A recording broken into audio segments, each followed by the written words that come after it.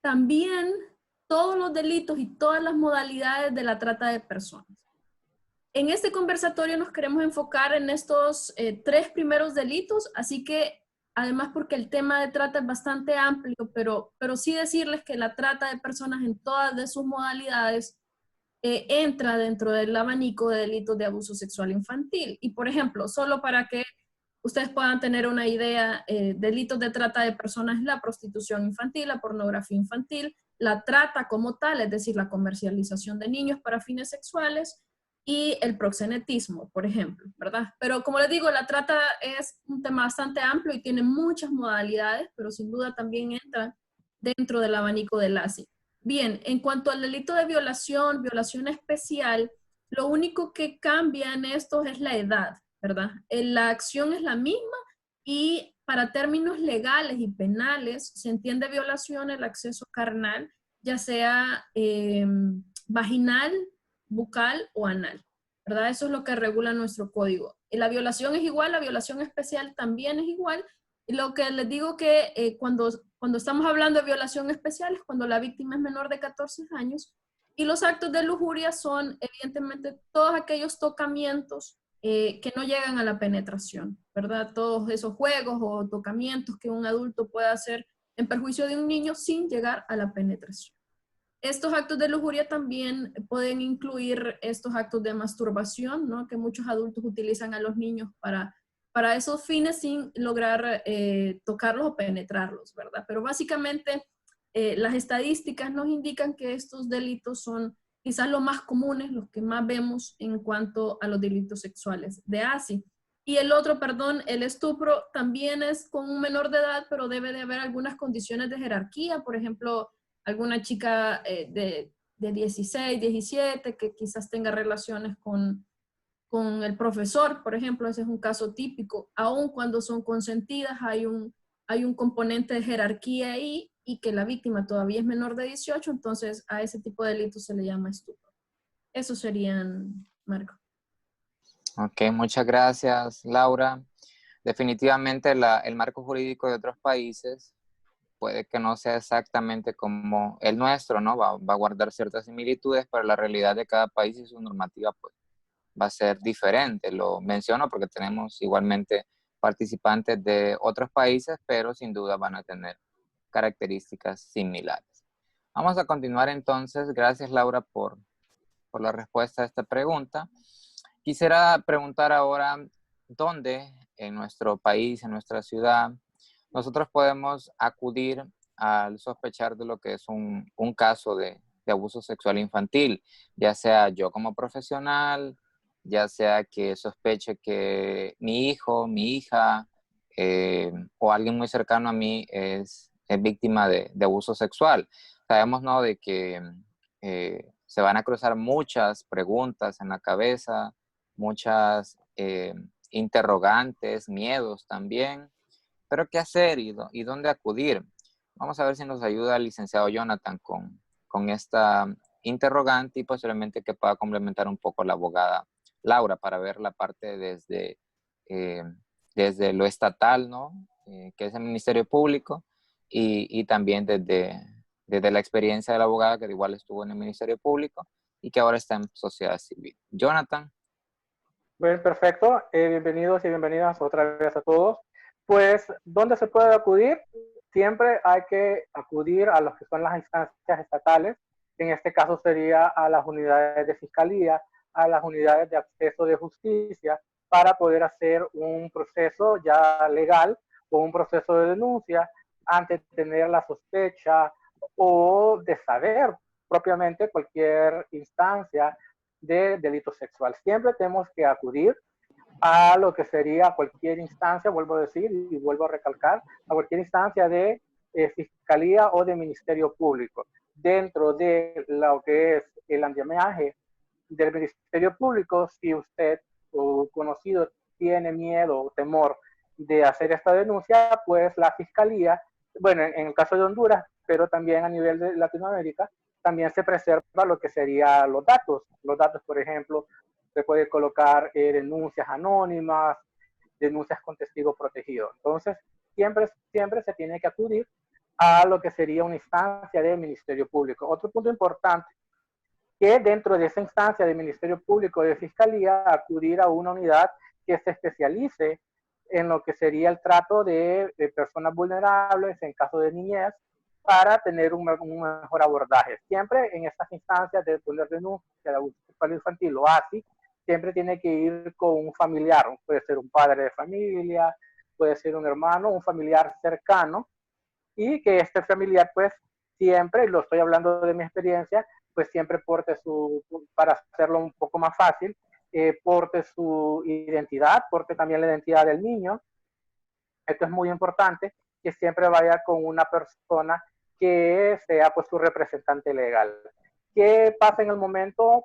Que es un caso muy común, cuando un familiar es el supuesto imputado, puede ir por otro familiar cercano, lo puede representar como un abuelo, un tío, un hermano también. En el caso de no tener una representación cercana como un familiar, también el Estado puede tener un organismo. Aquí en Honduras tenemos lo que es el DINAF, Dirección Nacional de Niñez, Adolescencia y Familia, pero siempre puede tener un representante legal en el caso que un familiar no pueda acompañar al menor. Y siempre un punto muy importante, siempre, que esto lo voy a recalcar por nuestra cultura, etcétera, etcétera, es siempre acudir a las autoridades y siempre cooperar con ellas. Porque estos casos de ASI, de abuso sexual infantil, tienen que denunciarse siempre. Jonathan, perdón, quizás sí me gustaría que nos dijeras, ahorita que estamos en esta crisis, qué unidades están habilitadas. De hecho, yo esta semana tuve 2 casos de violencia sexual infantil, entonces está ahí como, ¿a dónde van, verdad? ¿A dónde las podemos referir? Porque sabemos que la crisis nos ha limitado un poco. Claro, en el cuestión de la pandemia, pues, tanto en Honduras a nivel internacional, pues ciertas instancias se han estado cerrando, no trabajan totalmente en su totalidad, debido por esto lo del COVID-19. Pero siempre, en el caso de Honduras, siempre está lo que es la fiscalía de turno. En otros países, pues sí puede haber una instancia de turno, que esa fiscalía de turno, pues, es la recepción de todo tipo de denuncias. Entonces, si en este momento hay un caso de abuso sexual infantil, un caso de ASI, perfectamente se puede ir a lo que es una fiscalía de turno, un ente de turno, ahí se dará la recepción de denuncia y se harán las posteriores evaluaciones psicológicas y médicas. Pero esa es la instancia que tenemos en este momento a mano, una fiscalía de turno. O el 911, si en otros países tienen otro sistema de contingencia de poder denuncia, también lo pueden hacer vía telefónica, etcétera, etcétera. Ok, Jonathan, y para ilustrarnos un poco, para las personas que son locales, ¿no? ¿Dónde están las fiscalías de turno? O en el caso de nuestra ciudad, en San Pedro Sula, ¿dónde la encontramos? O las ciudades vecinas a San Pedro. Bien, la fiscalía de turno, los agentes de turno, a nivel nacional siempre están en las cabeceras departamentales. Siempre van a estar en las cabeceras departamentales. En el caso de San Pedro Sula Cortés, están en lo que es el barrio Lempira, en la 10 calle, comúnmente como se le llama la línea o la primera estación. Esa fiscalía de turno está siempre abierta al público 24/7. Entonces, abajo va a ser más exacta la dirección, el barrio Lempira, 10 calle de la Tercera Avenida, abajo del Correo Nacional. Ok, gracias, Jonathan. Abogada Laura, ¿nos puede complementar un poco las respuestas que nos ha dado el licenciado Jonathan, por favor? Sí, quizás solo hacer énfasis en algo que quizás nosotros que hemos trabajado, bueno, en mi caso particular, trabajé adentro como ahora estoy trabajando afuera, y que es bastante útil poder recomendarles a todas las personas, ya que sea que esta sospecha la tengan a nivel personal, familiar o con algún caso clínico, de leyes, etcétera. Lo importante es, si bien, como lo decía el licenciado Jonathan, el Ministerio Público tiene sus instancias y lo importante es acudir al aparato estatal.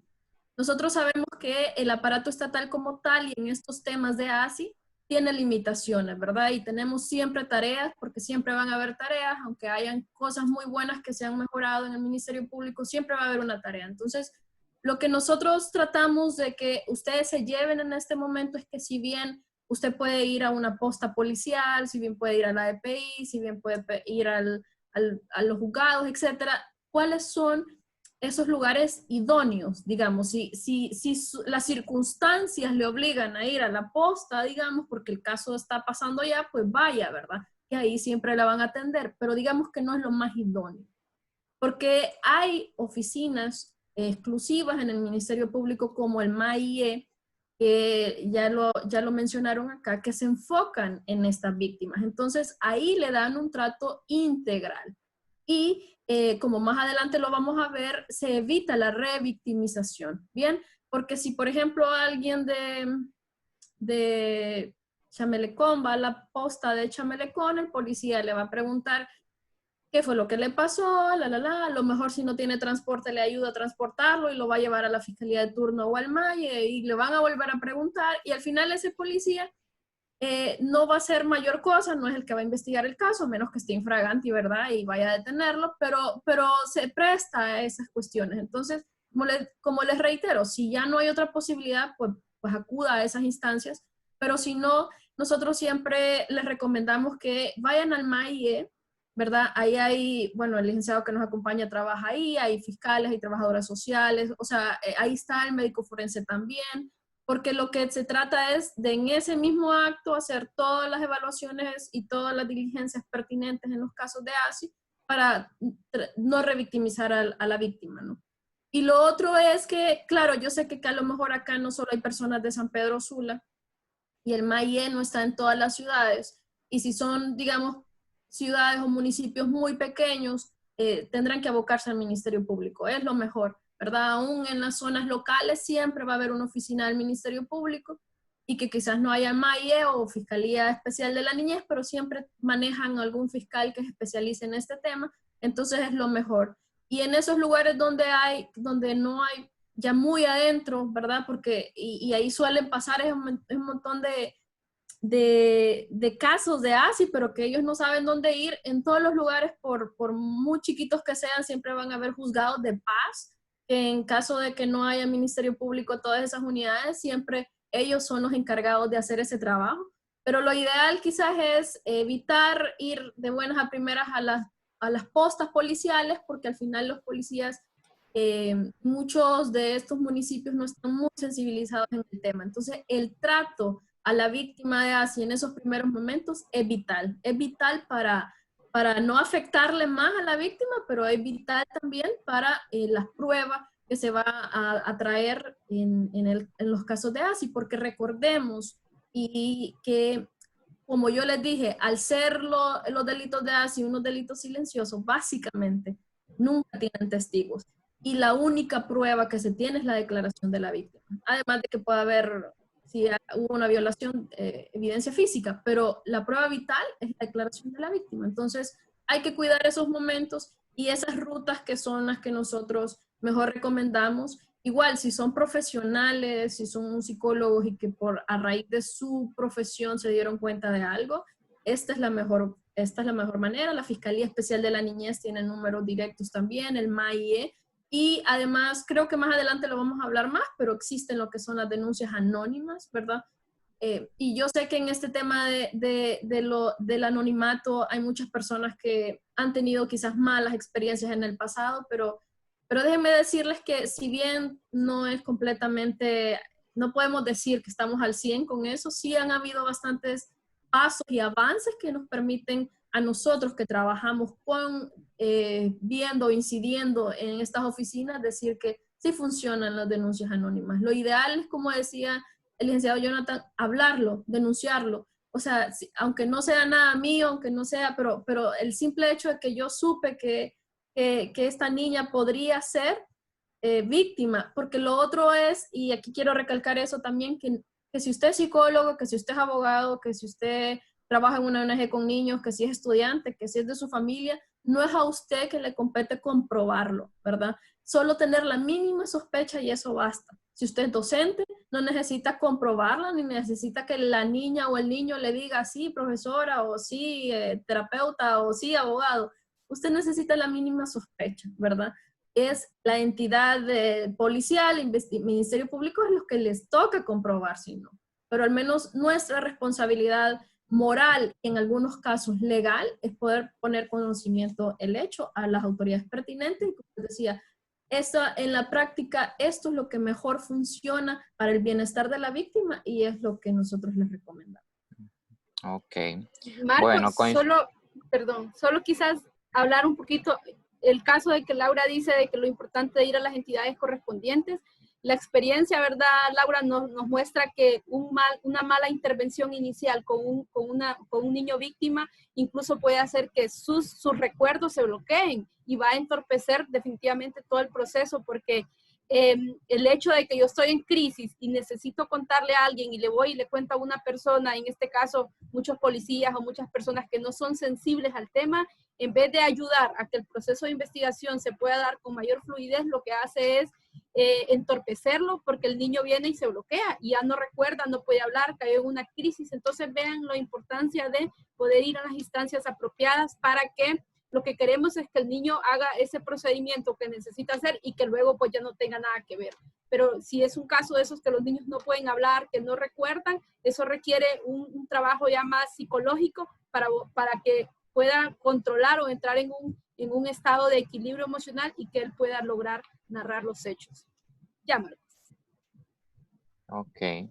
Bueno, muchas gracias a los tres por sus respuestas. Entonces, al final, la conclusión es acudir a las instancias gubernamentales pertinentes, ¿no? Que en todo caso, idealmente tendría que ser el Ministerio Público con la Fiscalía Especializada correspondiente.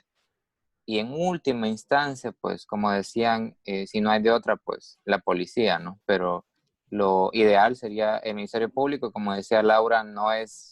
O sea, yo no tengo que comprobar que lo que estoy denunciando es verdad, sino que el Estado se va a encargar de ello. Bueno, continuando con las interrogantes, vamos a preguntarle ahora a la licenciada Kaylee.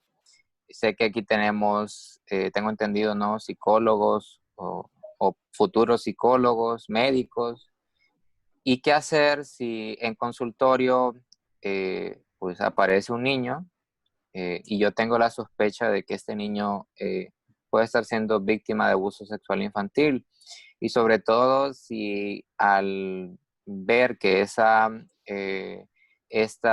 que el niño dice que sí o hay altos indicios y él nos está comprobando, ¿le creemos al niño o será que lo ponemos en duda? Kaylee, ¿qué nos puede decir al respecto? Más o menos los compañeros anteriormente hablaron un poco de esto. ¿Qué hago? Que si está en mi consultorio, lo primero que tenemos que hacer es creerle, ¿sí? Entonces, esa es una de las cosas que como psicólogos y que me he encontrado muchos profesionales que me dicen, pero es que yo no estoy segura de que sea verdad, puede ser que el niño esté mintiendo. Realmente las investigaciones muestran que es una mínima, pero mínima cantidad que un niño puede llegar a mentir y es por manipulación de otras personas que hay una ganancia secundaria, o sea, son cuestiones ya fuera de control. Entonces, lo primero va a ser creerle, lo segundo va a ser quizás conocer un poco el contexto con quién vive, quién es el agresor, y eso es muy importante saber cómo abordar eso, o sea, quién es el agresor, porque eso a usted le va a permitir comprender el grado de continuidad que puede tener esto. Y lo tercero sería abordar a los padres. Y ahí más adelante igual lo tenemos para explicarlo, pero no siempre los papás van a comprenderlo, no siempre los papás van a estar dispuestos y muchas veces la experiencia nos dice que los papás incluso o las mamás lo ocultan, ellas lo saben, pero no quieren que sea algo que se pueda revelar. Entonces hay que tener mucho cuidado y cuando no tenemos una ayuda extra, cuando no tenemos la familia dispuesta a colaborar con este proceso, porque muchas veces esta familia lo minimizan o lo normalizan. Es como, no, si a mí me pasó y a él también le pasa. Pero como profesionales de la psicología o de cualquier profesión que está en continuo contacto con niños, no podemos decir me voy a callar. Siempre debemos de buscar una forma de beneficiar, y ya lo decían los compañeros anteriormente, podemos denunciar incluso nosotros.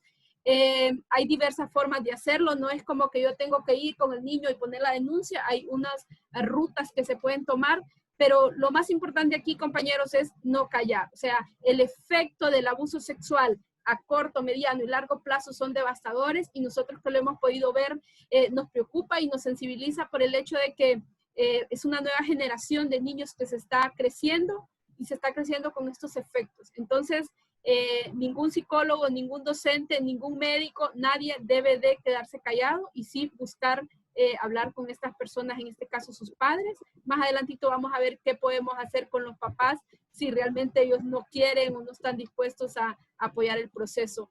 Quizás solo como para que la abogada Laura me ayude un poco, digamos, Laura, que tenemos un caso de un niño, de una mamá que no quiere colaborar, que me dice yo no voy a hacerlo, y digamos que yo como psicóloga lo reporto.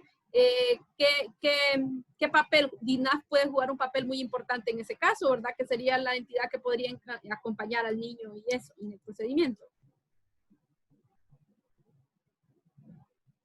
Sí, gracias Kaylee por sus comentarios, sin duda bien acertados, porque ahí vemos y vamos entrando en esta conexión, ¿verdad? Entre lo legal y lo psicológico, cómo necesitamos niños que sean atendidos en crisis en ese momento, niños que se sientan acogidos por el sistema cuando están experimentando interponer una denuncia, que personas extrañas les tomen declaraciones, que personas extrañas les realicen evaluaciones, invadan su cuerpo. Si nosotros de adultos, seguro en más de alguna ocasión, quizás hemos sido víctimas de robo o cualquier delito común y solo el hecho de que nos vayan a tomar una declaración y vemos personas extrañas, nos sentimos invadidos, quizás no se imaginan a un niño, ¿verdad?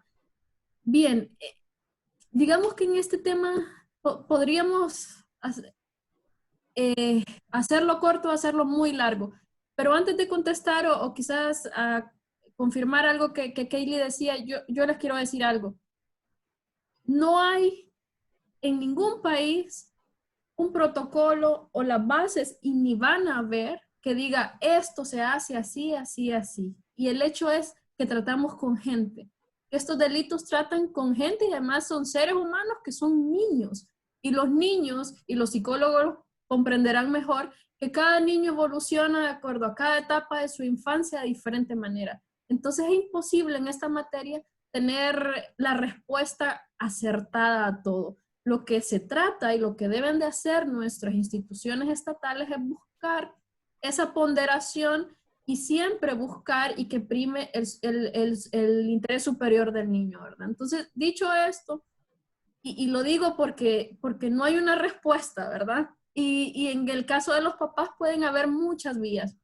En lo personal, en el programa que yo trabajo, Rescate, hemos tenido estos casos, que las denuncias nos llegan de primera mano a nosotros y que la mamá no quiere, o que la tía no quiere, la abuela no quiere.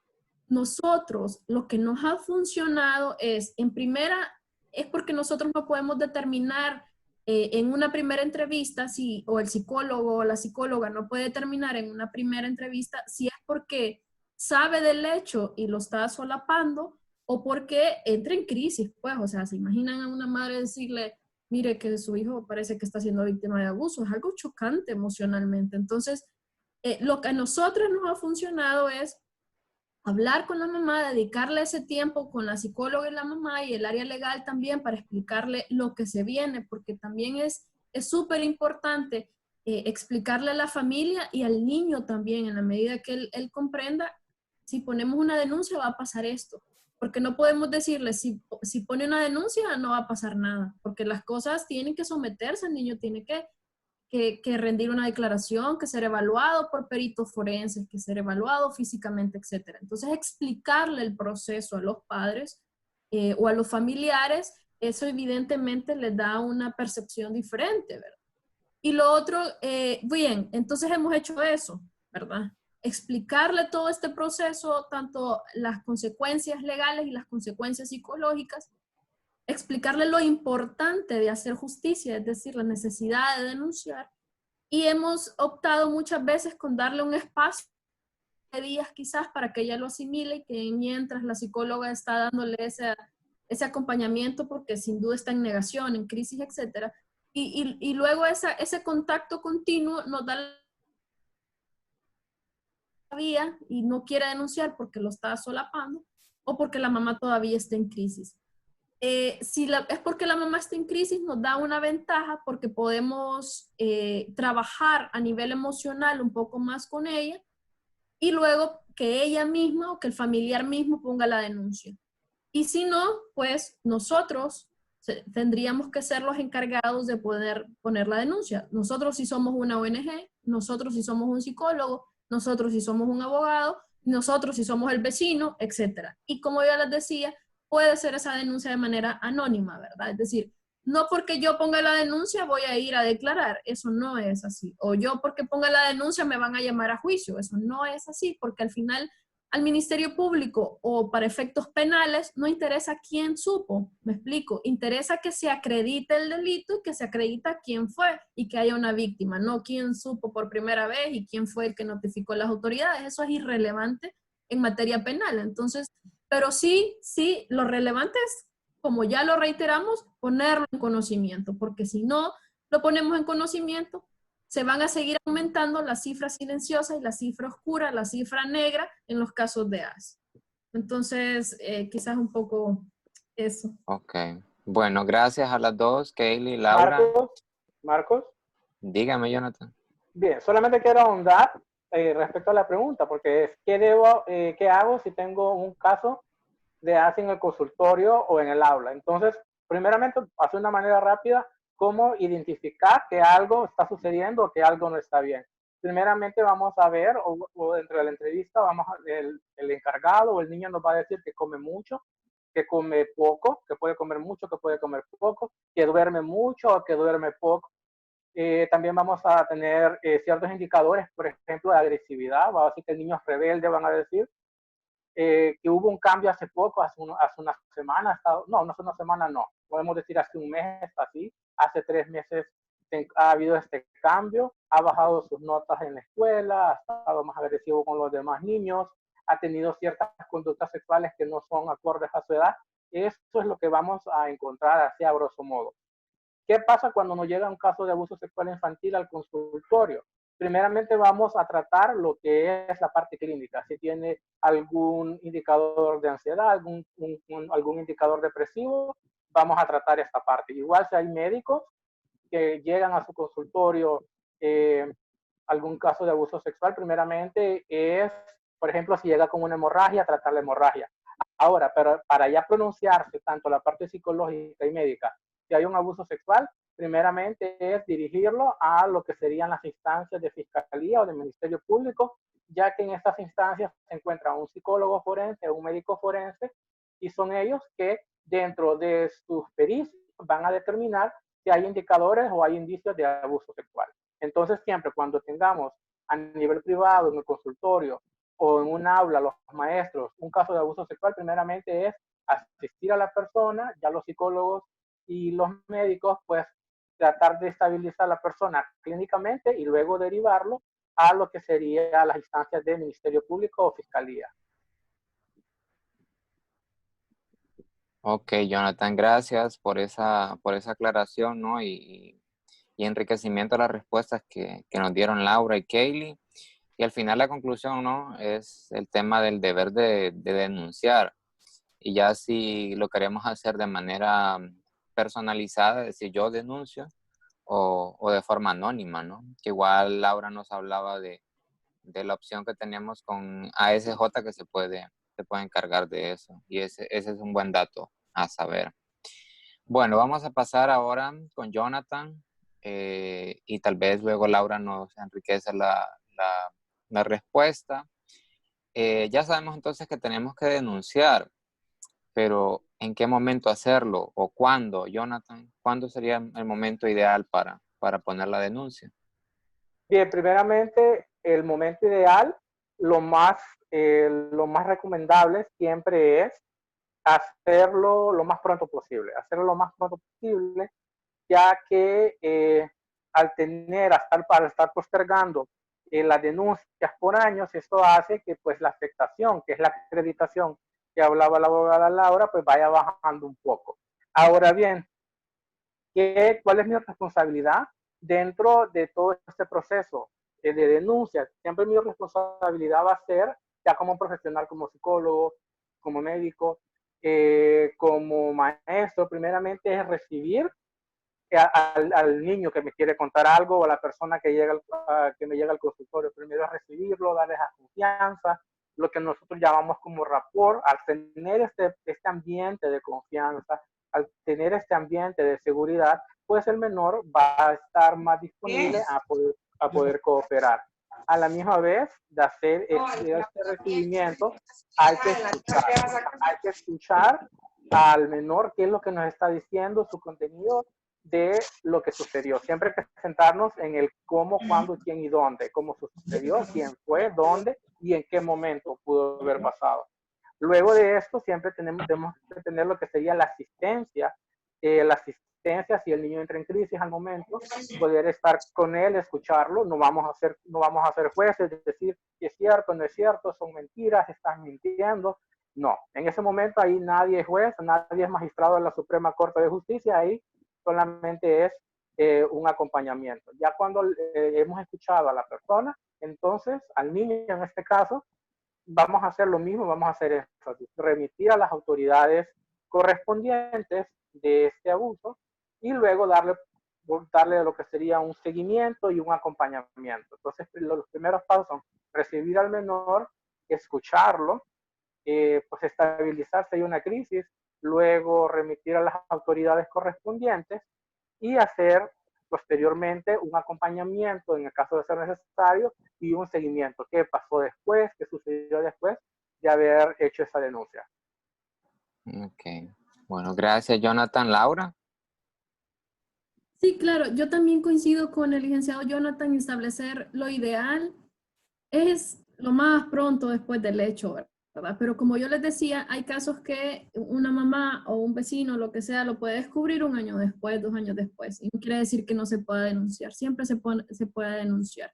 Como aquí en esta pregunta estamos hablando de lo ideal, entonces lo ideal es lo más pronto posible, sobre todo por aquellos delitos en donde hay evidencia física, o sea, que hubo una penetración, siempre hay evidencia importante que se pueda recoger en el momento. Y luego en temas mentales, ¿verdad? Corremos el riesgo de, por ejemplo, un niño, su cerebro, como decía la licenciada Kaylee, bloquea el hecho. De hecho, nosotros como experiencia tuvimos un caso de un niño que no se le dio el curso a la investigación en el momento en que se supo, y cuando viene a nosotros, ya tenía como 2, 3 años creo, de haber pasado el hecho, y el niño de verdad no lo recuerda. O sea, el niño no se siente víctima porque bloqueó ese recuerdo. Entonces ahí es bien difícil, ¿verdad? Porque hablábamos con la psicóloga que llevaba el caso en ese momento, es como, y si yo lo recuerdo, puede ser que lo desbloquee, pero el niño no tenía ningún efecto del trauma, o sea, no habían secuelas porque su mente, como pasó bien pequeño, había obviado ese recuerdo. Entonces esas cosas son las que se pueden correr el riesgo cuando no se hacen en el momento más pronto al hecho, ¿verdad? Entonces, hablando de ideales, es lo más pronto posible. No podemos decir 1 día, 2 días, porque es lo más pronto posible, pues.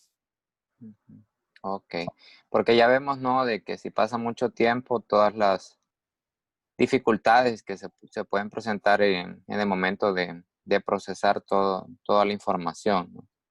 Bueno, muchas gracias a los dos. Vamos a hablar un poco, ya Laura nos decía, ¿no? La importancia de que sea lo más pronto posible si hay lo que es la prueba física, por ejemplo, una penetración, pero no todo abuso involucra lo que es una penetración que deje lo que son señas físicas, o por ejemplo, golpes. Hay cuestiones que se dan sin eso, ¿no?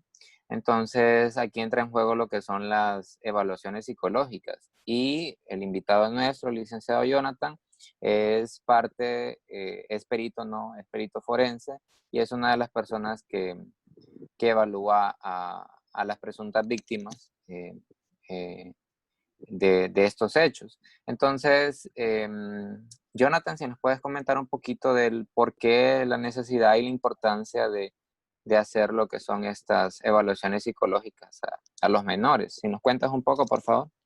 Bien, perfecto. La importancia de lo que serían los peritajes psicológicos es porque es un medio de prueba. Es un medio de prueba a nivel legal. ¿Qué quiere decir? Que mi evaluación, que mi dictamen sirve de prueba de los hechos que se han encontrado en las evaluaciones. Específicamente en el área que estabas mencionando, es en los delitos, por ejemplo, de actos de lujuria, que son tocamientos genitales, o actos de lujuria agravados, que pueden ser tocamiento de genitales con genitales o la parte anal, pero sin penetración, por decirlo así.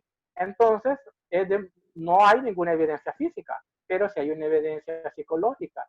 Por ejemplo, podemos aplicar test proyectivos para los psicólogos, y yo soy de este criterio que cualquier test, ya sea psicométrico, proyectivo, nos puede servir con tal de tener la información necesaria. Por ejemplo, si encontramos indicadores, por ejemplo, un HTP, árbol casa persona, encontramos indicadores de preocupación sexual en un niño de 4, 5, 6, 7 años, estamos diciendo que es un indicador sumamente importante y nos está diciendo que este niño, que esta personita, tuvo una experiencia de tipo sexual. ¿Cómo vamos a saber que sucedió esto?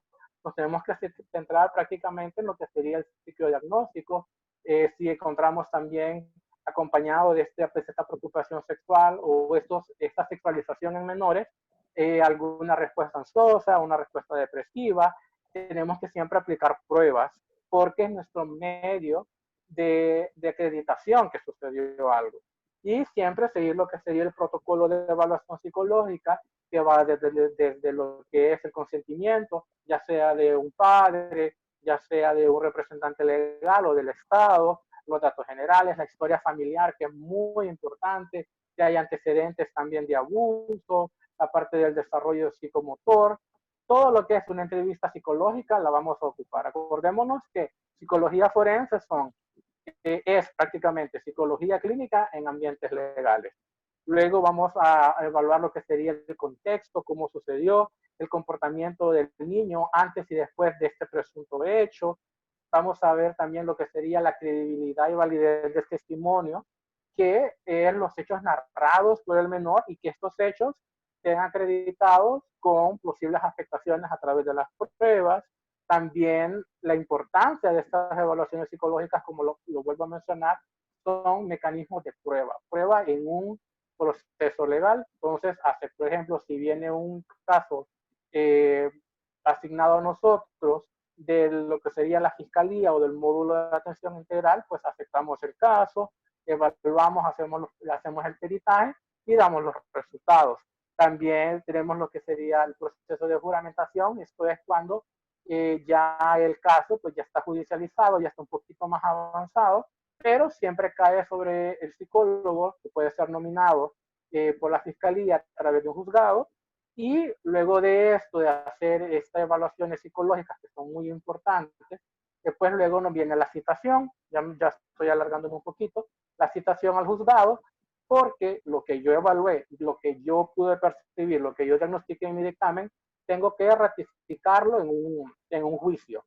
En este juicio, pues yo voy a estar como perito, también van a haber preguntas por parte de la fiscalía en relación de la presunta afectación del menor.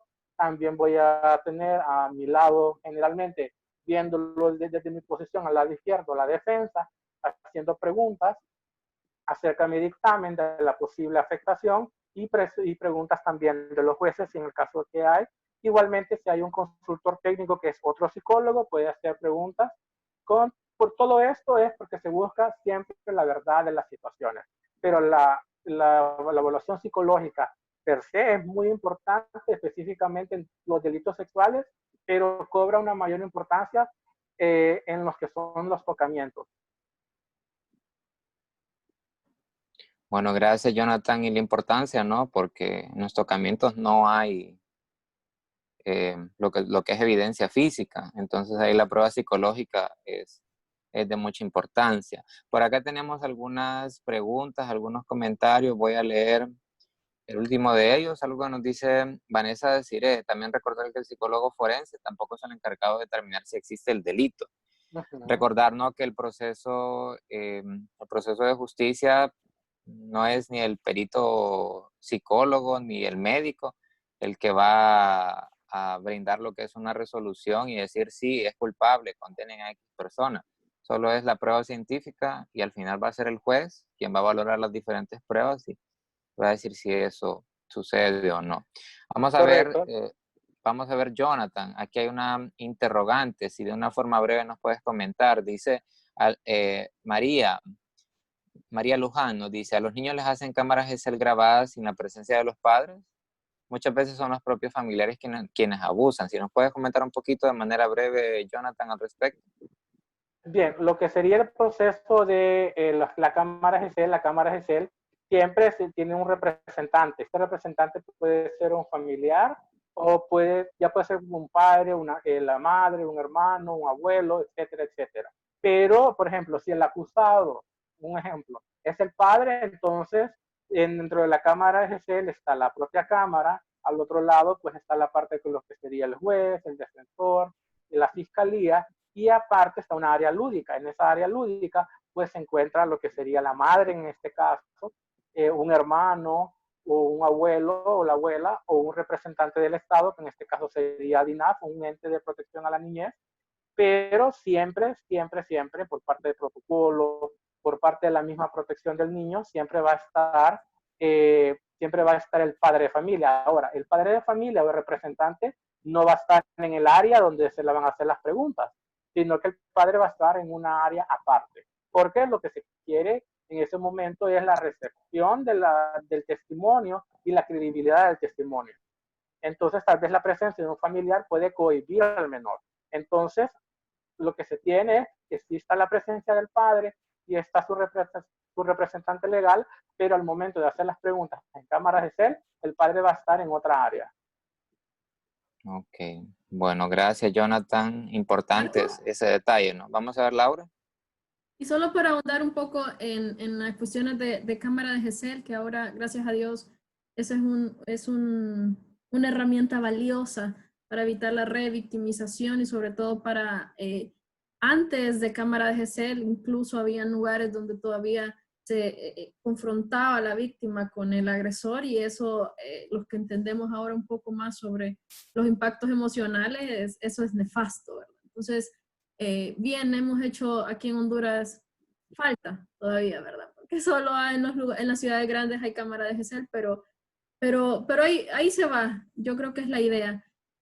Con respecto a eso, sin duda, debe haber en esa sala lúdica que el licenciado mencionaba un representante que puede ser familia, pero si no, va a ser alguien del Estado. Por ejemplo, y solo quisiera, a veces con ejemplos nosotros podemos lograr entender mejor. Nosotros hicimos acompañamiento y apoyo a una familia, a una niña que tenía años de estar siendo abusada por su padre biológico, entonces la mamá sabía, ¿verdad? La mamá sabía y cuando se va a recuperar, con los fiscales y policías y la DINAF a recuperar a la niña, ahí va la mamá, pues, y nadie le puede decir, señora, bájese, ¿verdad? Además, en ese momento no había tanta certeza de que la mamá supiera, digamos. Pero en la medida que la niña le estaban tomando la declaración, la mamá la estaba manipulando y mandaba a los otros hermanitos a decirle que cuidadito diga eso, decirle que no vaya a decir eso, decirle que si lo meten preso no vamos a tener que comer. O sea, y fue tan obvio porque ahí estaban todas las autoridades y hacía eso y nadie podía controlarlo, ¿verdad? Entonces, evidentemente, el funcionario tomó la decisión de llamar a la DINAF y retirar en ese momento a la niña de sus padres, de ella, de su madre, porque había estado siendo vulnerada por tanto tiempo y la mamá sabía. Lo que quiero decir es que cuando se hizo la cámara de GESEL, la mamá estaba ahí porque le dijeron, señora, su hija se va a ir a la DINAF, y ya se le explicó, ¿verdad? Todo por qué. Pero la señora quería ir ahí porque quería seguir, aunque sea teniendo contacto con la niña, para hacerle señas o muecas de que cuidado hablara, ¿verdad? Y aunque la mamá estaba ahí en ese momento, no entró a la sala lúdica para ser la representante de la mamá, porque evidentemente estaba vulnerando a su hija y estaba entorpeciendo las investigaciones. Y quien entró fue un representante de la DINAF, que es la persona que funge como representante de ausencia de padres. Entonces, para que veamos que existen estas cosas, y en este caso la mamá estaba ahí abajo, pero nadie le permitió porque ya no era, en ese momento estaba obstruyendo, digamos, la investigación y estaba además perjudicando a nivel emocional a la niña. Entonces, siempre se tiene en cuenta eso. De hecho, no hay ninguna cámara que que hagan que yo haya visto que no haya un representante. Eso es una cuestión, un requerimiento legal, ¿no? Porque si no puede ser ilícita la prueba. Ok. Hay que tener entonces al final buenas prácticas y en el uso de esta herramienta, ¿no? De la cámara GESEL en particular y pues de todo el proceso. Porque si no, como dice Laura, y algo que sucede, ¿no? El tema de la retractación, que denuncié, o sea, dije que sí, me interrogaron y demás, pero luego el niño o la niña dice siempre no. Y esas retractaciones, que igual conversábamos un poquito antes de este evento, son muy comunes, lastimosamente, de que se dice sí, pero ya luego, de repente, por presiones familiares o algunas otras cuestiones, luego se dice que no, ¿no? Ok, luego tenemos por acá algunos saludos. Ok, ya luego vamos a ver lo de la denuncia anónima. Muchas gracias a Rosema que nos escribe desde El Salvador. Y así de manera breve, Jonathan, ¿se puede llamar al 911? ¿Es viable poner la denuncia por el 911? Claro, se puede, lo que sería hacer los contactos a nivel del 911 o del 911, serían los primeros pasos. El agente de lo que sería esta unidad de contingencia, pues recibiría la llamada, incluso también puede hacer el acompañamiento, darle seguimiento, darle información, los pasos a seguir. Entonces es muy viable igual hacer lo que sería el llamado a través del 911. También estaba viendo una pregunta de otra persona y decía que se podía poner denuncias en Gracias a Dios. Sí se puede poner en Gracias a Dios, acordémonos que Gracias a Dios pues, es un departamento que sí tiene ciertas dificultades y ciertas peculiaridades, pero sí hay una unidad de fiscalía, una fiscalía en Puerto Lempira. Entonces sí se puede hacer una denuncia en Gracias a Dios en Puerto Lempira o a través del 911. Y lo importante, quizás agregar, de ahorita, en este tiempo que estamos en confinamiento y en pandemia, el 911 juega con la Fiscalía de turno un papel importante en esto, porque si tenemos dificultades de movilización, incluso, igual, hay muchas víctimas que no van a denunciar a veces porque no tienen el pasaje, digamos, y ahorita que no hay transporte público, no tienen carro, ni bici, ni nada donde llevar al niño. Entonces, sin duda el 911 ahora en este tiempo de pandemia juega un papel importante y es viable, ¿verdad? Ok. Bueno, muchas gracias. Vamos a avanzar un poco.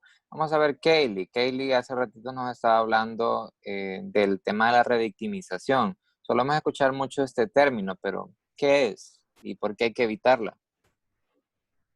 Ok, gracias. Bueno, justo es ese, y quizás lo voy a hablar desde mi punto de vista clínico. Muchos psicólogos por el miedo, porque este es un tema que no manejamos y que de hecho en la universidad no nos hablan del tema del abuso sexual infantil. Entonces, el desconocimiento nos lleva a que estemos en el propio tema de reparación, recordando, preguntando y hablando como que fuera algo que es bueno o sería agradable recordarlo.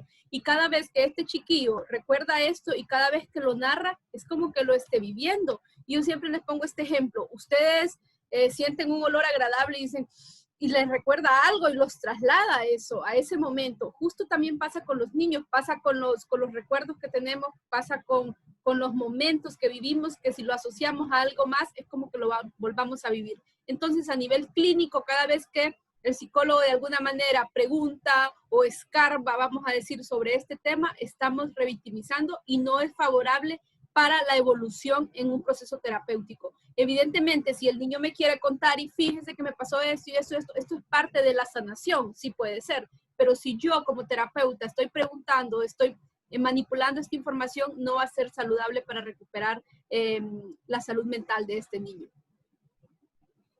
Ok, Kaylee, muchas gracias. Y aprovechando tu participación, Kaylee, los padres, ¿qué hacer con ellos cuando no quieren denunciar? Es decir, mamá se dio cuenta, por ejemplo, en el caso que decía Laura, de que el esposo pues está abusando a alguno de los hijos y por causas económicas u otras cuestiones no hay esa resistencia a denunciar. ¿Qué hacer? ¿Qué podemos hacer, Kaylee? Bien, la resistencia a denunciar, si es por causas económicas, yo creo que tenemos, por ejemplo, la Municipalidad en San Pedro Sula tiene habilitada una unidad que justo, quizás no le va a dar dinero, pero sí le puede dar el apoyo que necesita. También tienen habilitado la atención psicológica para los niños, y eso es muy importante cuando los papás entran en crisis. Ellos muchas veces dicen, pero ¿yo qué hago? Por ejemplo, si es un maestro y dice, pero ¿yo qué puedo hacer? Yo tampoco puedo controlar a la señora que está en crisis. Entonces, quizás conocer un poco de estas unidades que le pueden dar ese apoyo y lograr estabilizarlo. Ya decíamos anteriormente, vamos a buscar la herramienta, si es por medio de una denuncia anónima o de otra manera, pero hay que lograr hacerlo. Algunas veces, como el ejemplo que puso Laura, cuando la mamá no quiere o no está disponible a cooperar, el fiscal o los entes encargados van a buscar otras herramientas, pero el proceso sí se va a dar. Y lo importante aquí es que yo lo llegue a poner en conocimiento de la autoridad. Ok, muchas gracias, Kaylee. Vamos a hablar un poco ahora del tema de retomando, ¿no?, la importancia de lo que es la denuncia. Entonces, Laura, que es la abogada de nuestro panel. Hola, ¿me escuchan? Sí. Ah, ok. Laura. Solo quería agregar algo en esto de la revictimización, porque eso es bastante importante. Es una tarea no superada todavía, yo creo, porque además la revictimización la cometemos todos, ¿verdad? Usted si es psicólogo, usted si es papá, usted si es docente, usted si es hermano, usted si es... La cometemos todos. Y yo a veces, solo para ejemplificarlo, le digo a algunos adultos, no sé, si recordemos nos quedamos en alguna clase en el colegio y mi mamá nos saca o mi papá me saca de ejemplo toda la vida. Ay, es que este se quedó. ¿Qué sentimos nosotros cuando nos están recordando? Ay, pucha, me quedé. O cosas que son sencillas, pero que nos afectaron de alguna manera, ¿cómo nos sentimos? Entonces, no nos podemos imaginar cómo se siente un niño estar recordando y recordando un evento que invadió su cuerpo, invadió su privacidad y afectó tanto su cuerpo como su mente. Entonces, la revictimización no es una cuestión de que solo los psicólogos la hacen, solo los papás lo hacen, lo hacemos todos. Y si nosotros, por ejemplo, usted que trabaja en la DINAF, en la INAMI, en cualquier institución, en los centros de menores, en un hogar de niños, etcétera, hace ese tipo de cosas, también está revictimizando. Y también está ayudando a que el menor, lejos de estar superando el trauma, lo esté reviviendo cada día, ¿verdad? Entonces, eso es bien importante tenerlo en cuenta. Este conversatorio no es para tratar esto, pero sin duda a lo mejor algún día podemos hacer esto, de las cosas que debo hacer y que no debo hacer. Que no debo hacer es preguntarle, si usted es psicólogo, ¿y cómo pasó? O sea, como decía Katie, si el niño le cuenta, ni cosa mejor.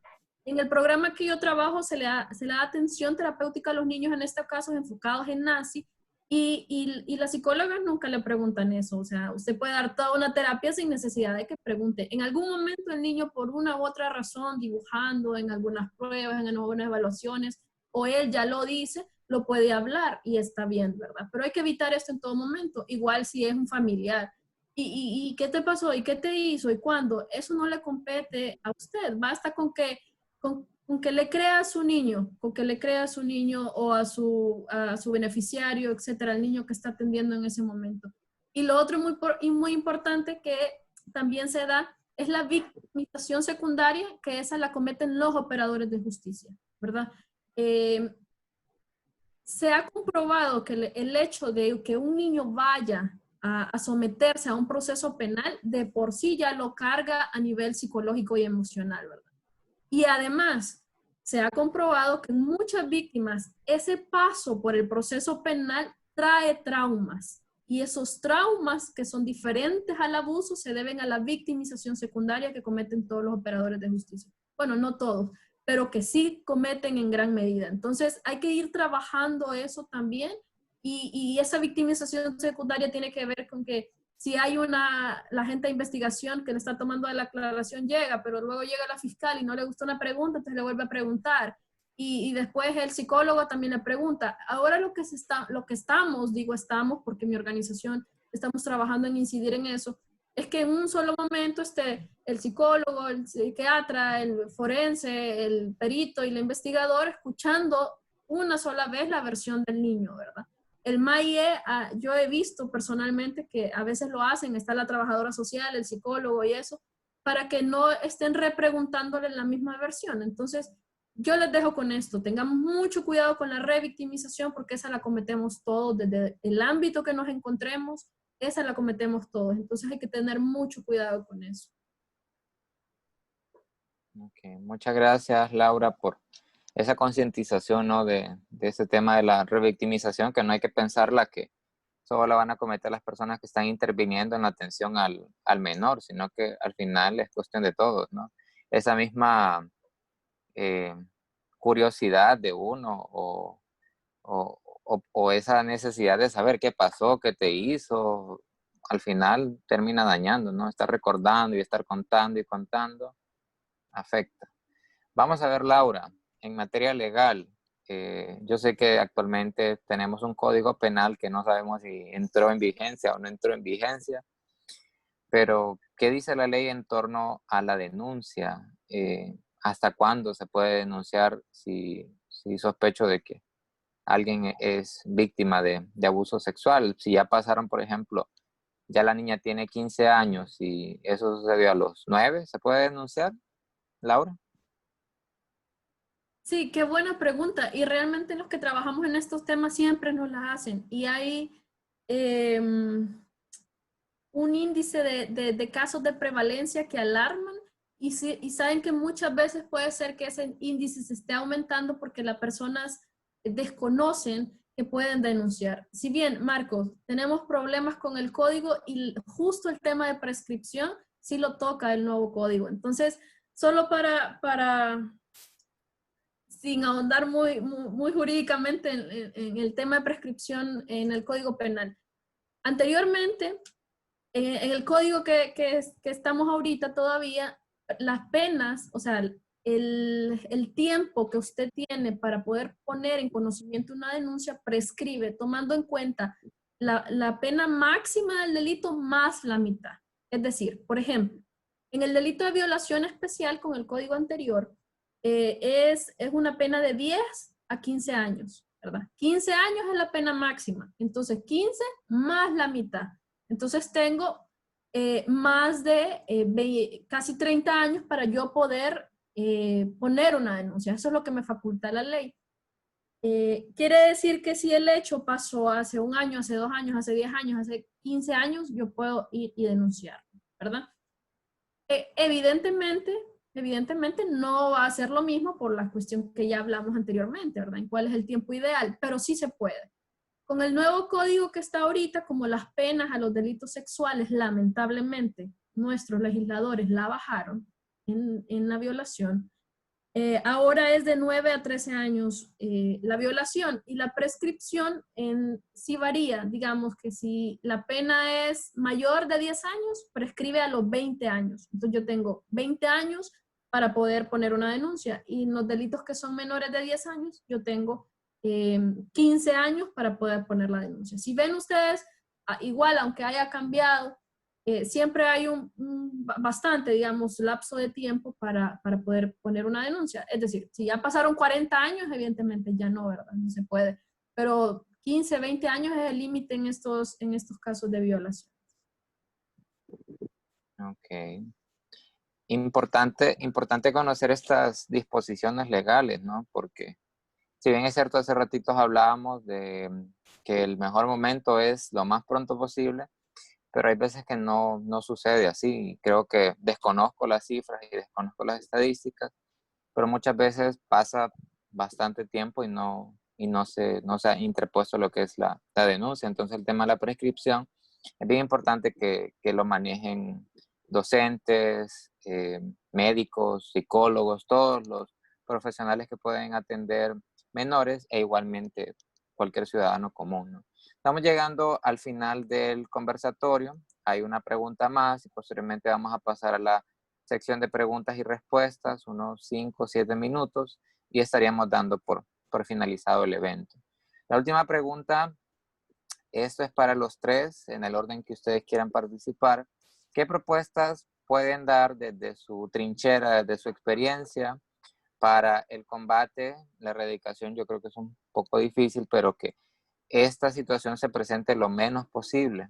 ¿Qué propuestas de sus concepciones creen viables que se pueden hacer para el combate de esta problemática? No sé quién quiere comenzar.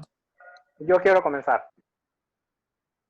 Bien, yo me voy a centrar prácticamente en lo que sería la prevención. ¿Y cuál sería la prevención de los que serían los casos de ASI? Primeramente, centrarnos en lo que sería educación sexual, que sean políticas estatales, políticas del Estado, del gobierno, hacia lo que sería procesos educativos. Primero, centrarnos en educación sexual, y esto lo voy a decir de esta manera tajante, educación sexual, porque hay personas que se asustan, que le temen o tienen ciertas ideas preconcebidas. Educación sexual no es Kama Sutra. No se le va a decir al niño, fíjese que se pone aquí, se pone allá, y no. Educación sexual propiamente, que es el conocimiento del cuerpo y cómo esta pulsión, porque la sexualidad es una pulsión, va a ir desarrollándose a lo largo de la vida. Por ejemplo, la pulsión sexual en los niños menores, pues es menor o casi mayormente va identificada a lo que sería al conocimiento de su género, a los conocimientos si es niño, niña, etcétera, etcétera. Entonces, primeramente, la educación sexual es un pilar muy importante. La segunda parte también de lo que sería esta propia educación sexual es llamar por su nombre real a las partes íntimas. Creo que todos hemos visto por redes sociales un caso que una niña le dijo, creo que es a un maestro, una maestra, que alguien le había lamido su galleta y que después le había mordido la galleta y que después, ya cuando tocó su foco rojo, fue que le había como penetrado, puyado su galleta, porque ella conocía su parte sexual como galleta, no como vulva o vagina. Entonces, eso es un pilar muy importante. Llamar por su nombre real a las partes de su cuerpo, y que hay partes que no se pueden tocar, que hay partes que tienen un límite, hay partes que solo son propias de cada persona. También que estas partes genitales que no pueden ser tocadas por familiares, conocidos o amigos. Si el niño o la niña siente que está experimentando cosas negativas, cosas que le parecen mal o cosas que simplemente no están bien, las puede comunicar, pero todo esto es a través de lo que sería la educación sexual. Por ejemplo, sociedades como Suecia, Dinamarca o los países nórdicos implementan lo que sería educación sexual a partir de los 3 años, que sería aproximadamente prekinder y kinder, y que estaba orientada a la primeramente al conocimiento del cuerpo y luego a la prevención de lo que sería el abuso sexual. También enseñar a los niños a rechazar cualquier caricia que ellos no sientan bien. Otra parte que también es parte de la cultura que hay que erradicarla es obligar a que el niño dé abrazos o que dé besos que no quiere. ¿Por qué? Porque es importante esta parte, porque si obligamos al niño a mostrar mucho afecto que no quiere, estamos induciendo prácticamente a una sumisión. Que la sumisión en los casos de los niños es muy importante, y la vemos casi marcada cuando hay estos procesos de jerarquía, de maestro a niño, de padre a niño, etcétera, etcétera. También de líderes religiosos a menores. También advertirle a los menores que hay personas buenas, que hay personas malas, y no toda aquella persona que se le puede acercar tiene buenas intenciones, que el cuerpo es propio, decir no es bueno ante cualquier situación, y siempre tener una parte muy importante en lo que sería esta educación sexual, y esto va para todos, que siempre es creerle al menor. Si un niño de edad menor, de 4, 5, 6, 7 años, el niño no va a hablar en una experiencia que no ha vivido. Entonces, si el niño me está contando una narrativa meramente sexual de 5 años, entonces esto es meramente muy significativo. También enseñar a los niños que guardar secretos no es bueno, que guardar secretos, que si reciben amenazas o que si reciben algo a cambio, por ejemplo, dinero, alimentos, golosinas, a cambio de tocar su cuerpo, eso tampoco es bueno, que esto es malo y que pueden hablarlo con una persona que ellos consideren de su confianza y que lo pueden hablar. Entonces, mi aporte prácticamente sería la prevención, y que esto está centrado en lo que sería la educación sexual. Ok, muchas gracias, Jonathan. Interesante la propuesta y creo que hay mucho terreno y mucho camino que recorrer en tema de educación sexual y toda esta parte de la prevención del abuso sexual infantil. No sé si quieres seguir Laura o Kaylee. Laura, creo. Laura, por favor. Sí. Nosotros aquí colocamos estas dos áreas porque como yo les decía, en temas de ASI no hay algo que diga esta cuestión, esto lo probé un país y esto me funcionó y por magia ya no hay casos de ASI. No hay. Lo que sí hay son todas aquellas buenas prácticas que nosotros como organización, como instituciones, como padres y todo lo demás profesionales podemos irnos formando e informando. Yo siempre reitero la importancia de formarse, informarse sobre esto porque hay muy buenas prácticas. Pero básicamente nosotros desde nuestra perspectiva tenemos estas dos áreas y solo combatiendo estas dos áreas vamos a colaborar para que disminuyan los casos de ASI. Y la primera tiene que ver con la prevención y el licenciado Jonathan ya hablaba y daba sus tips bastante acertados sobre esas cosas básicas que se pueden ir haciendo. Yo más que todo quisiera, y yo sé que en el correo se les pidió que trajeran una libreta y un lápiz, así que cuando hablamos de temas de prevención podemos estarnos hasta 5 horas hablando porque hay tan buenas prácticas como organización. Nosotros hemos hecho algunas tantas campañas, etcétera, que son súper beneficiosas, hermosas y que ayudan bastante, sobre todo con un enfoque de autocuidado en los niños, porque como padres, como familia, como profesionales, no siempre vamos a estar a la par de nuestros hijos, ¿verdad? Y la idea no es tenerla en una burbuja, que no salgan, que no esto, sino cómo prepararlos también para enfrentar cosas que puedan enfrentar y que ellos aún en su capacidad de niños tengan esa habilidad de poder contarlo, de poder expresarlo, porque eso es lo que pasa. Yo básicamente en el tema de prevención voy a darles una ruta estadística de que por qué nosotros necesitamos prevenir. Y la primera es, y si tienen lápiz y papel, apúntenlo, es que del 60 al 85% de los casos pasan en casa. Pasa porque papá lo hizo, porque el hermano, porque el abuelo, porque el padrastro, porque el tío, pasan en casa. Es muy poco el porcentaje de casos que son fuera, ¿no? Que son esos cereales que a lo mejor en la calle lo agarran. Son muy pocos, 60 al 85%, quizás encuentren otra doctrina que diga 70 al 80, pero todos radican del 60 a un 75% de los agresores son del entorno familiar del niño. 1. 2. Recientemente estaba leyendo unos estudios que establecen que el 73% de los menores que sufren ASI lo mantienen en silencio al menos un año, ¿verdad? Recuerdan que al principio yo les dije que estos delitos son delitos denominados silenciosos. Escuchen bien y qué alarmante es. El 73% de los casos los niños los mantienen en silencio al menos en el primer año. Y díganme si tiene que ver con el porcentaje de casos que son agresiones dentro de la familia. Lo otro es el 45% de menores lo mantienen en silencio hasta al menos 5 años. También es un índice alarmante, ¿verdad? Y nos reitera, ¿verdad?, el por qué estos delitos de ASI son llamados silenciosos. Save the Children, en un informe hace unos años, establecía que se calcula que únicamente el 10% de los casos son denunciados, ¿verdad? Entonces, eso nos reitera también esa necesidad de trabajar en la prevención.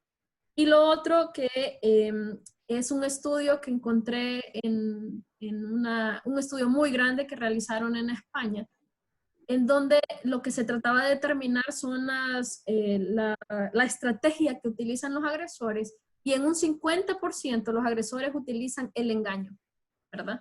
Entonces sí, y aunque es una estadística en España, aplica acá, porque en la práctica, nosotros que llevamos años trabajando, el licenciado Jonathan que evalúa casi a diario niños, cuando le cuentan la versión es así, empezó con un engaño. Entonces, sin duda tiene que ver, y si ustedes ahí en casa con esos datos encuentran la relación de todo esto, engaños familiares, delitos silenciosos, el tiempo que un niño tarda en decirlo, si es que algún día lo dice.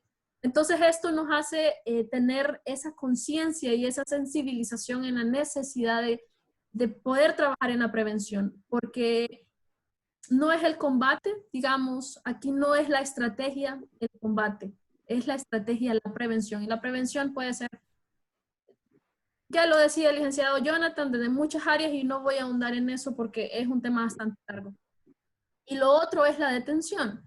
Cuando nosotros trabajamos en prevención, van a haber casos, van a surgir casos porque en la medida que la gente, nosotros hicimos una campaña el año pasado con docentes y siempre salieron casos. Y los docentes decían, pucha, sí, esta niña, yo veía eso en las niñas, o los papás, sí, pucha, cómo no me pude reparar en esas cosas, que no sé qué y no sé cuánto. Entonces siempre va a salir y es necesario, ¿no? Incidir también en que nuestras instituciones estatales absorban las mejores prácticas para el bienestar emocional y físico de los niños. Y lo otro es que todos nosotros aquí en este conversatorio, desde nuestra área, como abogados, como psicólogos, como estudiantes, profesionales que vamos a hacer, como familia, tenemos la necesidad, la obligación de informarnos, estimado, en qué debo hacer, qué hago, si lo sé, porque en algún momento lo podemos saber.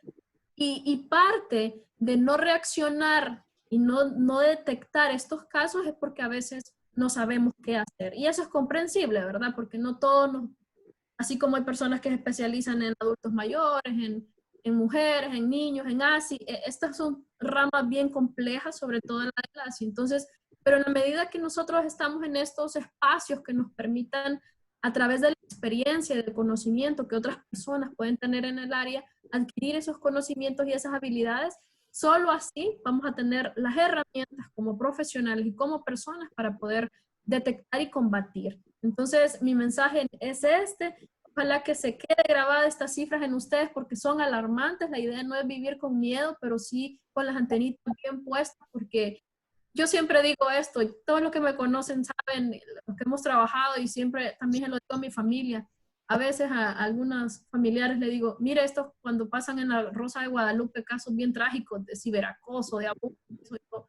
Siempre digo, no solo en la Rosa de Guadalupe pasa esto, en Honduras pasa y es mucho, o sea, y pasan peores casos que en la Rosa de Guadalupe. Entonces, hay que estar alertas y ese es mi mensaje, estemos alertas, informémonos, formémonos en este tema, porque todos juntos además, no solo el Estado le compete, no solo a los papás, no solo, es la unión del Estado, de la sociedad, de los actores comunitarios, de las ONGs, de todo lo que podemos estar alrededor para poder hacerle frente a este flagelo que tanto afecta a nuestros niños y niñas.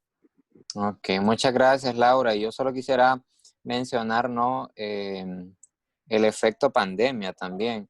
Laura está mencionando esta parte en situaciones y circunstancias normales, pero ahora que estamos confinados obligadamente en casa y sumado al tema de que no hay trabajo, no hay fuente de ingresos, la gente está yendo a las calles a mendigar y demás, ¿no?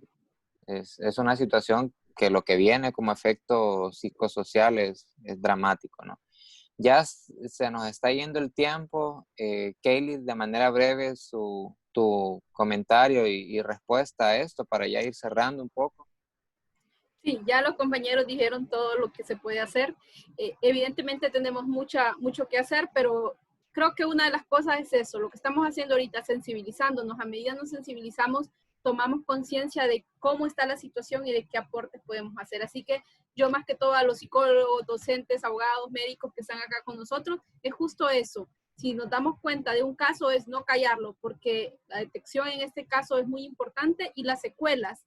Laura mencionó las cifras, yo les voy a comentar un poco de las secuelas. No solo son emocionales, sino también son cognitivas. Son áreas cerebrales que se pueden alterar y que nunca se van a recuperar. Ese niño va a crecer con una deficiencia cognitiva producto de la violencia sexual crónica y constante en su niñez. Así que más que todo, sigamos formándonos y sensibilizándonos para poder ser parte de una generación que haga cambios. Y quizás solo, a mí me encanta esta frase y ustedes la han leído y dice, en cada niño debería colocar un cartel que diga, tratar con cuidado contiene sueños. Y cuando lo vemos desde esa perspectiva, los sueños son todo eso que un niño en este momento, cuando sea adulto, puede lograr. Así que solamente vamos.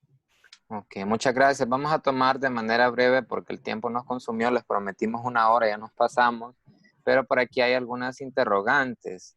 María Luján dice, para Laura, me imagino que es, ¿el caso de prescripción se cuenta desde la mayoría de edad de los niños o desde que sucedió el hecho? Lamento mucho hayan bajado las penas allí. Al final es una cuestión de que este nuevo código penal está en ese limbo, ¿no? Sí, sí, ¿no? Pero vamos a ver, Laura, ¿qué nos cuenta respecto a esta pregunta? El término legal de prescripción cuenta desde que se cometió el hecho o desde que se supo el hecho, ¿verdad? Porque a veces no podemos detectar, establecer la fecha del hecho en sí, pero sí la fecha de donde supimos. Entonces, no tiene que ver con la edad del niño, sino con la fecha de cuando supimos del hecho. Desde ahí se empieza a contar. Ok. Vamos a ver, Jonathan. Dice aquí, bueno, era para Laura, pero creo que Jonathan puede comentar un poquito. Tips cuando la denuncia es anónima. No sé exactamente a qué se refiere, pero Jonathan, ¿qué nos podría decir como tips para la denuncia anónima? ¿Qué hacer, me imagino? Bien, meramente cuando es una denuncia anónima, como su nombre lo dice, pues no tiene que llevar lo que sería el nombre, algún proceso de identificación o fotografía. Este proceso de denuncia anónima puede hacerse a través de lo que sería el 911 o el 911 o cualquier institución estatal, pero que puede preservar lo que serían sus datos. Pero mayormente una denuncia anónima se hace a través de vía telefónica, a través del 911. 911. Aunado Okay. a eso, eh, nosotros al Sí, final, Laura. en estos días, quizás les vamos a mandar un resumen de esto y también vamos a colocarles algunos números, bueno, los que podamos recoger de otras ciudades, pero más enfocado en San Pedro, que es donde nosotros trabajamos. Algunos números, la Fiscalía Especial de la Niñez tiene números directos, el MAIE tiene números directos, también el 911 y la Fiscalía de turno, ¿verdad? Que son, anónimos generalmente son, pues, como decía el licenciado Jonathan, por teléfono. Yo siempre doy algo, siempre digo algo porque siempre han venido a mí personas que me dicen, no, pero yo llamé y me preguntaron todo, dice, hasta donde yo vivía. Entonces yo siempre les digo, mire, no todas las personas están sensibilizadas en el tema, ¿verdad? No es cuestión de que el MP que fatal es o la policía que fatal es, sino que como en todo y en cualquier rubro, no todos tenemos la misma conciencia. Entonces yo siempre les digo, bueno, mire, si le preguntan, dígale, yo sé porque yo me he informado que las denuncias anónimas no necesita ponerme mi nombre ni mi dirección. Ahora, el tip que yo le puedo dar es que entre mayor información usted dé, es mejor, porque, por ejemplo, si usted dice, ah, mire que yo conozco una niña de la Rivera Hernández que la están abusando, la Rivera Hernández tiene 50 y pico de colonias, entonces, ¿cómo, o sea, aunque quiera el Ministerio Público, cómo va a ir a buscar a una niña en la Rivera Hernández que es tan grande que la están abusando? En cambio, se le dice, en la escuela tal, hay una niña que está en este grado, que se llama así, la mamá se llama así, el papá se llama así, y usted puede dar toda la edad, todo lo que quiera sin dar su nombre. Entonces, yo siempre lo digo, ¿verdad? Porque también a veces nosotros queremos que, solo por decir, yo conozco un niño de la escuela Juan Pérez y un niño en la escuela Juan Pérez no dice qué grado ni cómo, y se llama Pedrito, ¿verdad? Es bien difícil así, pues imposible. Entonces, si ustedes siempre reciben, están llamando y les pregunto, ¿y cuál es su nombre? Usted dígale, yo sé, mi derecho es no decir mi nombre, yo le voy a dar toda la información. Yo le voy a dar toda la información que tengo de este niño, porque es necesario darla. Pero yo sé que, entonces ahí nadie le puede decir, no, nadie le puede obligar, ¿verdad? A que dé su nombre. Eso siempre lo digo porque siempre hay personas que me han dicho que siempre preguntan y puede pasar, ¿verdad? Okay. Gracias, Laura. Gracias por esos tips. Vamos a cerrar con la pregunta de Héctor. Abra su micrófono, por favor, y díganos su pregunta. Muchas gracias por consultar. Héctor. Ok, buenos días. Muchas gracias. Héctor Licona, soy trabajador social y precisamente trabajo en un centro pedagógico de internamiento con el INAMI. Entonces, bueno, es una cuestión bien particular. Es un caso del cual yo inicialmente sospechaba que había posiblemente abuso sexual. Hice la consulta de manera muy confidencial con el niño, pero lo negó. casualmente en esos días, como nos ha tocado también hacer algunas evaluaciones, otro interno, que también le estuve evaluando a él precisamente, hizo referencia a este niño. Y lo hizo y contó algunas cosas y en son de broma me confirmó lo que yo sospechaba del otro niño. Porque lo comentaron ellos en confianza entre pares. Mi pregunta es esta. O sea, porque bueno, sí le ha afectado en alguna medida al niño, al sobreviviente, le ha afectado incluso a nivel psiquiátrico, es un paciente psiquiátrico ahora. Puedo asumir yo, porque no me consta que pueda ser por esto, pero ¿cómo hacer para que el niño pueda hablar sin caer en la revictimización? Y evitar también entonces que caiga en mofa también de los demás internos. ¿Qué me podría sugerir? Ok, bueno, muchas gracias, Héctor. No sé si tal vez Kaylee nos ayuda con la interrogante o Laura. Creo que Laura tenía, igual voy a participar, pero Laura no le quito la inspiración. No, igual, bueno. Gracias, Héctor, por su pregunta. Realmente que todos los que trabajamos directamente con niños siempre nos enfrentamos a retos como este. Y como yo les decía al principio, no hay una respuesta clave. De hecho, antes de contestar mi aporte a su caso, solo brevemente, nosotros en mi programa tuvimos un caso que trabajamos con una niña a nivel legal y emocional casi 2 años para que esa niña pudiera declarar, ¿verdad? Porque no estaba preparada emocionalmente y no podemos forzar a una niña a ser sujeto de derecho nada más porque me beneficia si ella no está preparada. Casi 2 años estuvimos trabajando con esa pequeña y después de 2 años se pudo presentar requerimiento fiscal, ella fue a declarar a Cámara de G0. Bien, en este caso, como ya lo mencionamos, Héctor, no le compete a usted descubrir el hecho o no, ¿verdad? Basta la mínima sospecha. Lo que sí le compete, y ahora la ley, usted que trabaja en una institución del Estado, más que lo moral, es una cuestión legal también, es poner en conocimiento a las autoridades competentes ese hecho. Seguramente en el transcurso, a lo mejor hasta quizás el licenciado Jonathan o otro licenciado en psicología y psiquiatría van a evaluar a ese niño para que esas evaluaciones sirvan de sustento ante un proceso penal, ¿verdad? Y lo otro es lo importante que va a ser, no sé si la institución donde usted trabaja tiene ese apoyo psicológico a los niños, y si lo tienen, y si no es orientado a ASI, quizás poder ponerse en comunicación con algunas organizaciones que quizás sí nos dedicamos al enfoque, o a psicólogos que sí se dedican al enfoque de ASI, para que puedan ayudarle, ¿verdad?, en la superación de ese trauma. Y lo otro que usted tocaba, y por ahí miraba una pregunta, eso es bien difícil controlarlo, la estigmatización, la mofa que decía usted, por ahí escuchaba de esos niños que en la escuela dicen, este es el violado, cuando saben que lo retiraron por eso, o que el Ministerio Público llegó y todo lo demás. Entonces, eso es bien difícil combatirlo, pero sin duda hay que hacer la lucha, pues, o sea, no.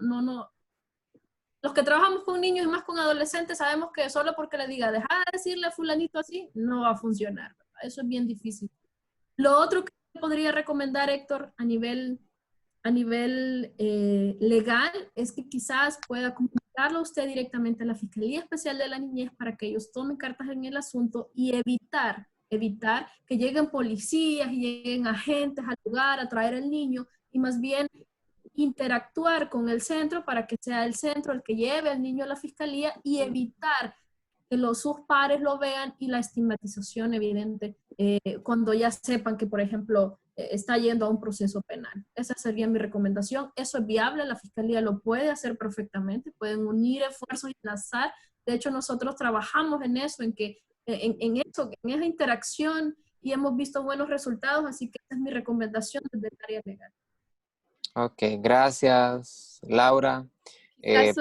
Para no dejar de contestar a todos los que nos comentaron, Marcos, y participaron, Kaylee, solo a ti te voy a dar la palabra, solo para que contestes la pregunta también que nos hacía por acá Olga. Dice, ¿qué hacer si la persona ya es adulta, no quiere denunciar y se rehúsa a ir al psicólogo? Con esa pregunta cerramos. Kaylee, luego le doy la palabra para que se puedan despedir cada uno de ustedes. Kaylee. En referencia a la pregunta de Héctor, me parece muy importante lo que decía Laura de que necesitamos un proceso terapéutico especializado, y aquí tengo psicólogo, yo sé, y cuando trabajamos a nivel de rehabilitación emocional de un trauma de este tipo, no nos enfocamos de hecho en el evento, sino más bien en fortalecer autoestima, gestión de emociones, que eso le va a ayudar al final al niño a comprender, y en su momento llegamos a trabajar un poco el tema de la justicia. El tema de la justicia es importantísimo para lograr pensar o superar y llegar al perdón, y recuerden que el perdón es como parte del cierre. Entonces los psicólogos que están acá, y Héctor igual puede ser una sugerencia, trabajemos mucho la parte del niño, la valía, porque una de las cosas que se ve interrumpida en el abuso sexual infantil es la valía.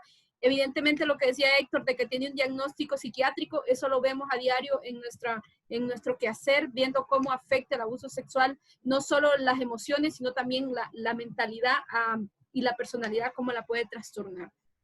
Y respecto a la siguiente pregunta, Marcos, si es un adulto, es una persona adulta que no está dispuesta a recibir ningún tipo de apoyo, a veces hay consejeros, hay, por ejemplo, alguien que asiste a una iglesia. Yo pienso y lo recomiendo cuando son personas que tienen esos valores y esa conexión espiritual. Eso es muy importante. Hay muchas personas que lo logran superar, pero tienen que tener una red de apoyo. Ahí juega un papel muy importante la familia. Si pertenece a una iglesia, el involucrarse en equipos o en grupos de trabajo que les facilite el sentirse útil, y también el ir sanando esas heridas.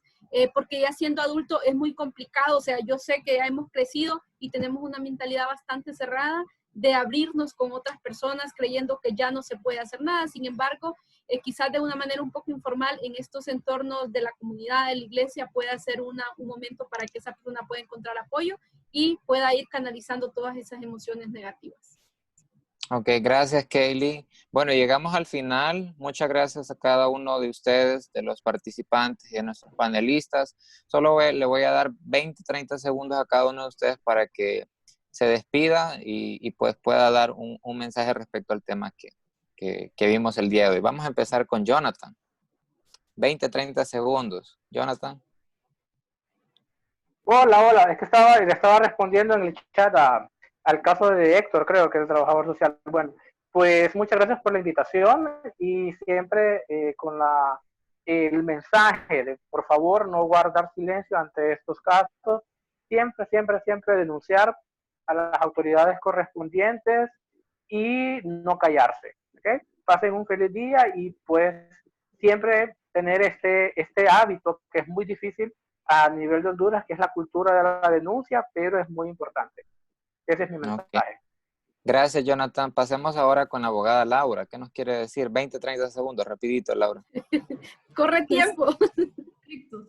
No, básicamente solo agradecerles. Yo sé que nos extendimos más, pero es que realmente los temas de ASI no son de una hora, ¿verdad? Porque siempre surgen cosas y nos acordamos cosas, y cuando metemos lo que hemos vivido, las experiencias vividas con la realidad las mejores prácticas que podemos hacer, seguro se nos va tiempo. Entonces, solo agradecerles a todos que estuvieron de principio a fin. Esperamos verlos nuevamente en espacios como estos, tratando diferentes temas, porque el ASI en sí es un tema muy profundo, lo podemos ver de diferentes variantes. Así que animarles siempre a seguirse formando e informando en estos temas. Muchas gracias a todos. Ok, gracias, Laura. Y terminamos con Kaylee, que igual nos quiere compartir contactos y demás. Kaylee. Bueno, gracias a todos. A nosotros, bueno, Laura y yo hemos encontrado que este tema hay que trabajarlo, y ahí vamos a estar poniendo algunos temas como estos. Entonces nos vamos a encontrar nuevamente. Ese es nuestro Instagram, así que lo pueden seguir. Y estamos a la orden. De hecho, nuestro objetivo es poder sensibilizar a las personas y poder llegar a más personas. Vamos a estarles enviando un correo con algunos datos, con los contactos que dijo Laura en el trayecto de la semana, para que todos podamos tener estas herramientas y las podamos facilitar cuando se presente o veamos la necesidad de algún caso. Así que gracias por estar acá, y nos veremos en una próxima vez. Ok, nuevamente gracias a cada uno y a cada una de ustedes por habernos acompañado en esta mañana, que esperamos haya sido de provecho para todos y para todas. Esperamos igualmente organizar algún otro evento más adelante respecto a una temática relacionada o algo del área psicológica, legal, que pueda ser de interés y de enriquecimiento para todos y para todas. Mucho gusto, les deseamos buen provecho, feliz fin de semana y pues a cuidarnos, ¿no?, de esta situación del coronavirus. Mucho gusto, nos vemos.